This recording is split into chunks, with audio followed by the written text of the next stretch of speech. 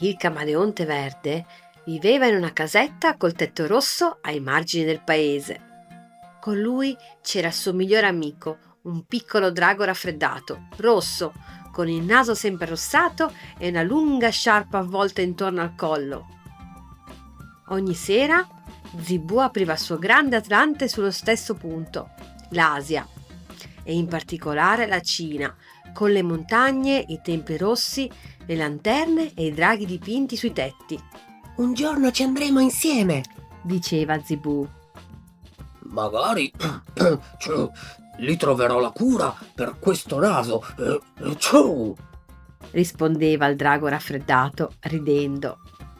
Un mattino in piazza comparve una bancarella diversa da tutte le altre. Campanellini dorati, lanterne di carta, aquiloni che volavano senza filo. Il cartello diceva: Lotteria dei viaggi impossibili. Vinci il viaggio che sogni di più. Zibù e il drago raffreddato misero insieme una monetina nel cesto, chiusero gli occhi e pescarono un biglietto. Le parole comparvero da sole. Avete vinto un viaggio in Cina. Portate con voi il coraggio, il resto arriverà in cammino.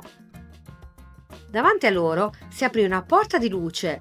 Si scambiarono uno sguardo emozionato. Andiamo! Chiese Zibù. Andiamo?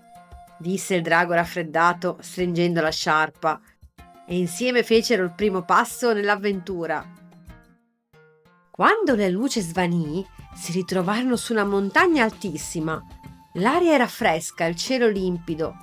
Sotto di loro c'erano villaggi con tetti rossi, templi con grandi porte, bandierine colorate che danzavano nel vento. Zibù, credo che questa sia proprio la Cina, sussurrò il drago raffreddato. Sul sentiero di pietra arrivarono a un tempio rosso. Ai lati di un grande portale c'erano 2 statue dorate di draghi. Corpi lunghi e sinuosi, baffi sottili, corna curve, proprio come lui. Il drago raffreddato li fissò senza parlare. Dentro il tempio, un rotolo appeso al muro mostrava una famiglia di draghi rossi che facevano scendere la neve sulle montagne. In fondo c'era scritto: Draghi del vento freddo, custodi delle montagne del nord della Cina. Il drago raffreddato sentì un nodo in gola. Zibù, io vengo da qui. Mormorò. I miei antenati sono draghi cinesi del vento freddo. Io non lo sapevo, mi sono sempre sentito fuori posto, raffreddato e basta. Zibù gli posò una zampetta sulla zampa. Allora questo viaggio è doppio, disse piano. Serve trovare una cura, ma anche ritrovare te stesso. Il drago raffreddato respirò profondamente, anche se il naso ancora bruciava un po'. Un monaco del tempio si avvicinò. Per guarire davvero? Disse con voce calma. Dovete cercare il tè dei 1000 respiri. E oltre il grande deserto, vicino alla città, dalle lanterne sospese. Zibù e il drago si guardarono. L'avventura non era finita, stava solo iniziando. Scendendo dalle montagne, il paesaggio cambiò. Il verde lasciò posto al giallo. Davanti a loro si stendeva un deserto enorme di sabbia dorata che ondeggiava come il mare. Camminarono per un po', finché una risata rotolò tra le dune. Oh oh oh oh, oh oh oh oh. Dalla cima di una duna comparve un cammello color miele, con un sorriso larghissimo e occhi allegri. Oh oh, benvenuti nel deserto che ride. Io sono Rido, il cammello più simpatico che esista. E voi chi siete? Io sono Zibù, il camaleonte verde. Io sono il drago raffreddato. Disse il drago soffiandosi il naso. Rido scoppiò a ridere ancora di più. Oh, oh, oh, fantastico! Un camaleonte viaggiatore e un drago cinese raffreddato. Questo deserto oggi non si annoierà di sicuro. Zibù spiegò. Stiamo cercando il tè dei 1000 respiri per far guarire il mio amico. Rido annuì.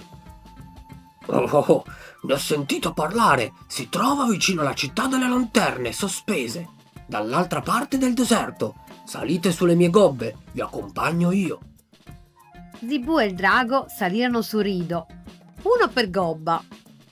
Mentre avanzavano, il cielo si colorava di arancio e rosa e la sabbia cambiava sfumature come un mare di luce.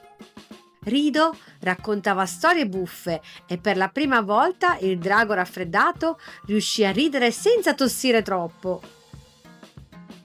Dopo tanto cammino, all'orizzonte apparvero centinaia di piccole luci. Era notte, ma il deserto brillava, Oh, eccola! disse Rido. La città delle lanterne sospese! Le case erano di legno, con tetti curvi. Piccoli ponti attraversavano canali tranquilli. Ovunque c'erano lanterne rosse e dorate, appese a fili sottilissimi, oppure sospese nel vuoto. Appena misero zampa nella piazza principale, una voce abbagliante li fermò.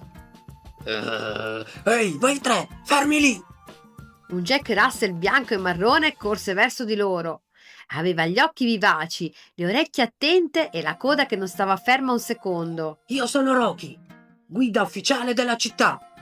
Disse tutto orgoglioso. Spiegatemi la vostra missione. Zibù raccontò del viaggio, della Cina, del deserto, delle origini del drago e del tè dei 1000 respiri. Rocky si illuminò. Un tè magico? Un drago cinese raffreddato? Un cammello del deserto? E un camaleonte sognatore? Perfetto! Questa è proprio una missione per me. Seguitemi. Li guidò tra i vicoli stretti, scalinate di pietra e ponticelli di legno, finché arrivarono davanti a un portale di pietra coperto di rampicanti. Oltre questo arco Disse Rocky. c'è il giardino dei 1000 respiri, ma non è per chi va da solo. Oltre l'arco trovarono un giardino silenzioso e luminoso, un laghetto chiaro, alberi dal tronco bianco e fiori che brillavano come piccole stelle. Al centro del lago una piccola isola con una casetta di legno. Per raggiungerla un ponte sottilissimo di carta di riso. Su una pietra davanti al ponte c'era scritto: «Questo ponte regge solo chi cammina insieme con cuore gentile». Il drago raffreddato guardò le sue zampe. Se starnutisco a metà? Rido sospirò. E se mi viene da ridere e faccio un passo di troppo? Rocky li fissò serio.